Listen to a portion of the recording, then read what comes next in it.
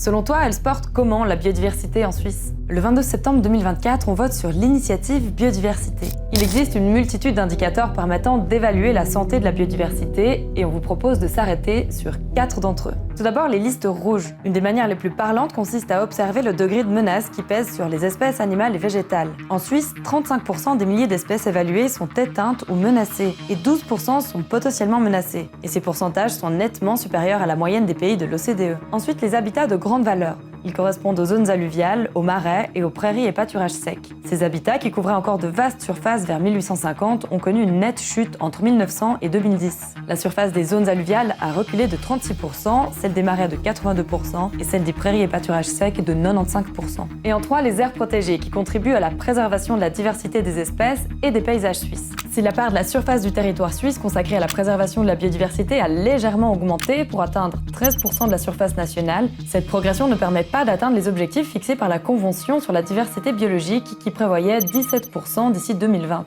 Et finalement, le morcellement du paysage. Nos paysages de plus en plus morcelés par des routes, des ponts ou des clôtures entravent le déplacement de la grande faune, mais les milieux aquatiques sont également concernés. Le plateau est la zone la plus morcelée du pays. Un organisme peut se déplacer sans entrave sur 2,7 km² seulement, contre 449 km² sur le versant sud des Alpes. Des corridors à faune existent, mais pour le FEV, les mesures réalisées depuis 2005 sont insuffisantes.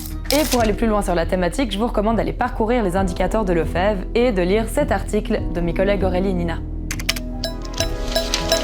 Le temps.